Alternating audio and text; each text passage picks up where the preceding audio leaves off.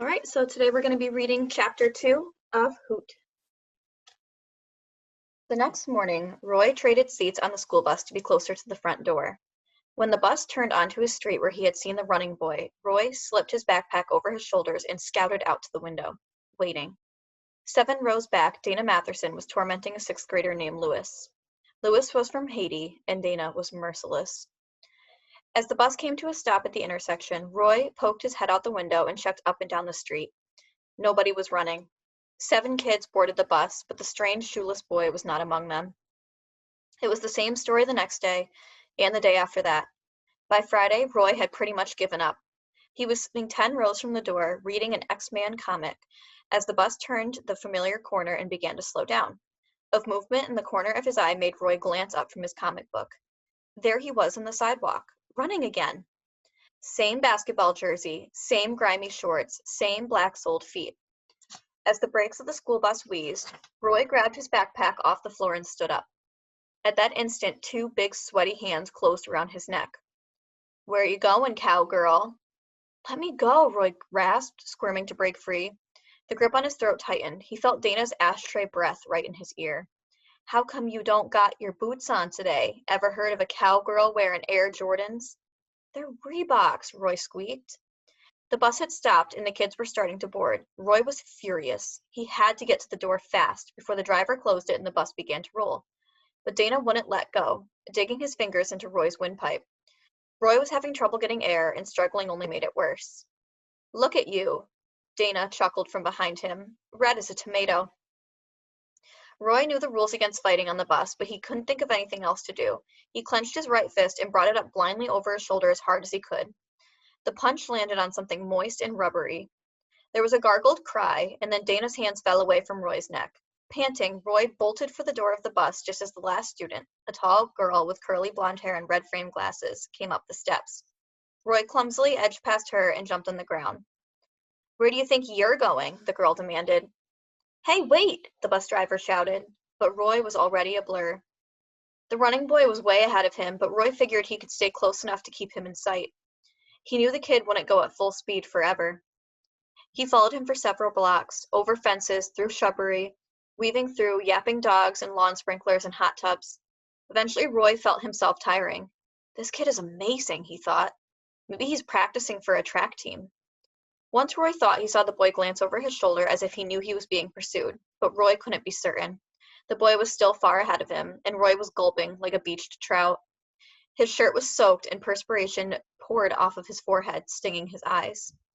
The last house in the subdivision was under construction, but the shoeless boy dashed heedlessly through the lumber and loose nails. 3 men hanging drywall stopped to holler at him, but the boy never broke his stride. One of the same workers made a one-arm lunge at Roy but missed. Suddenly there was grass under his feet again, the greenest, softest grass Roy has ever seen. He realized that he was on a golf course, and that the blonde kid was tearing down the middle of a long, lush fairway.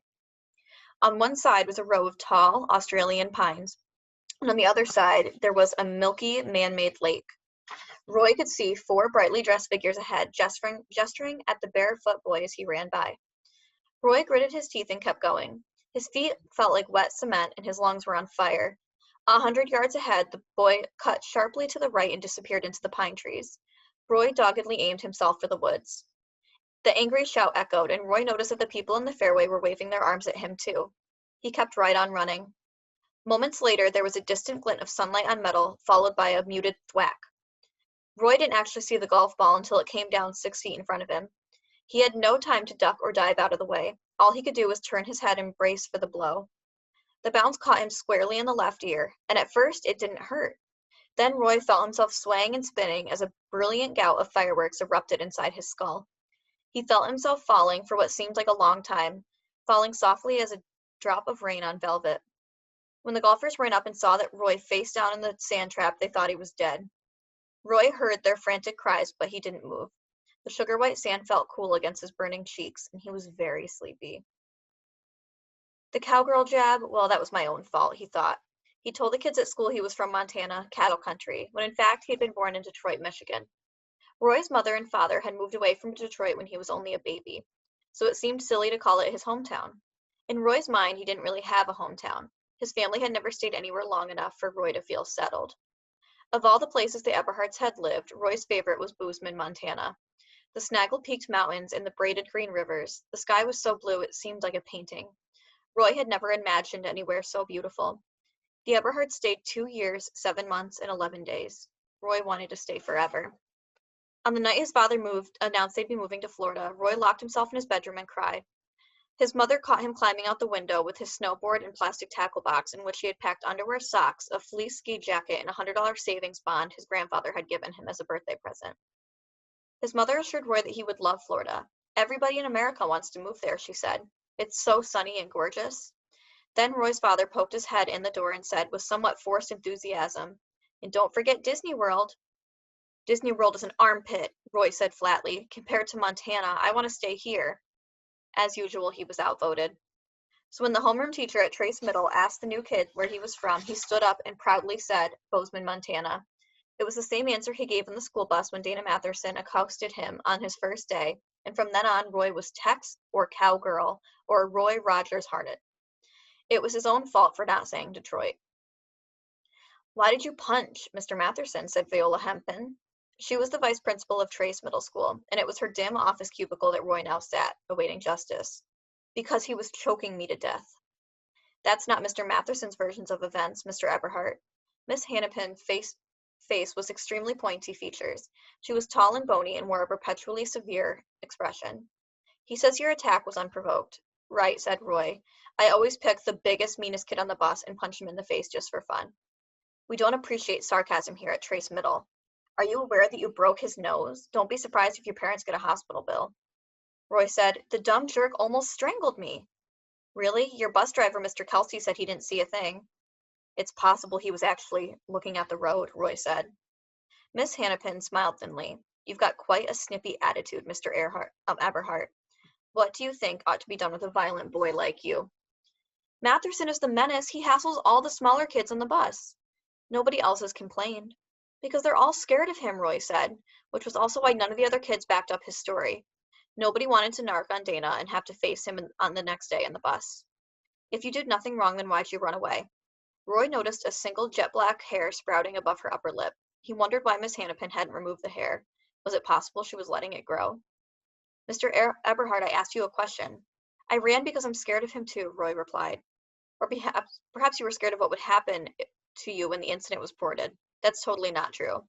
Under the rules, you could be suspended from school. He was choking me. What else was I supposed to do? Stand up, please. Roy did what he was told. Step closer, Miss Hannapin said. How does your head feel? Is this where the golf ball hit you? She touched the tender purple lump above his ear. Yes, ma'am. You're a lucky young man. It could have been worse.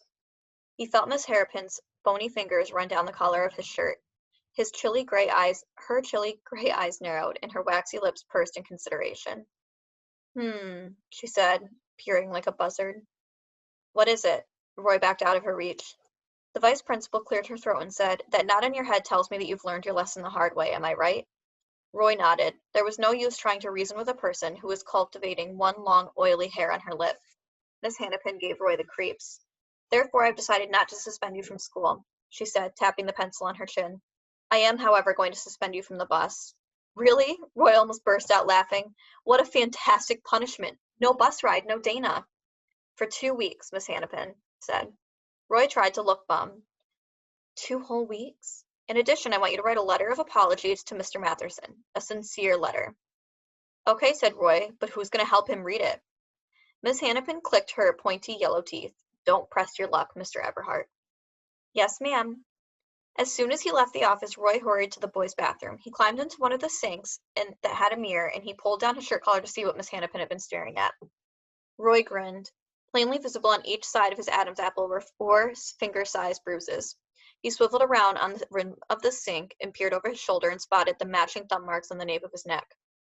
Thank you, dumb Dana, he thought. Now Miss Hannapin knows I'm telling the truth. Well, most of the truth.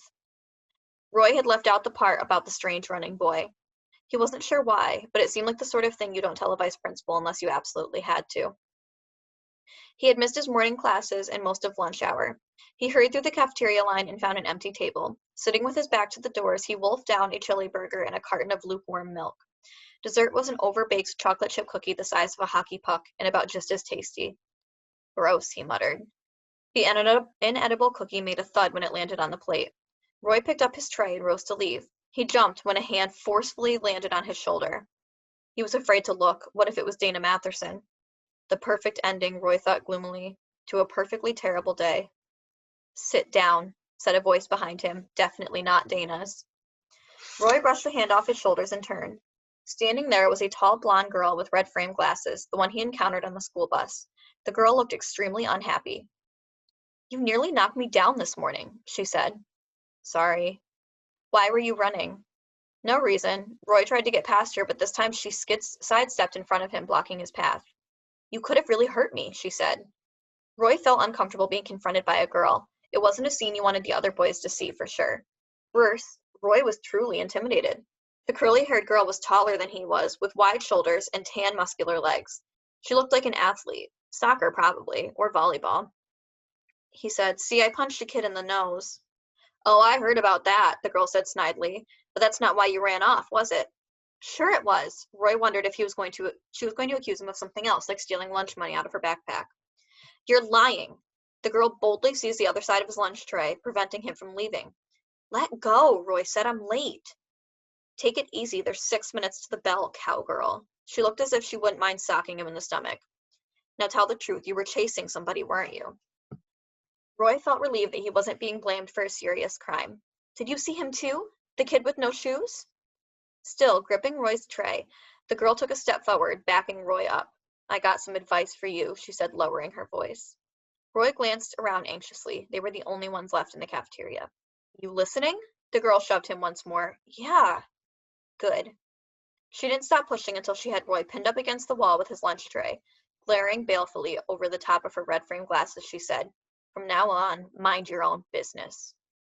Roy was scared, he had to admit. The edge of the tray was digging into his ribcage. This girl was a bruiser.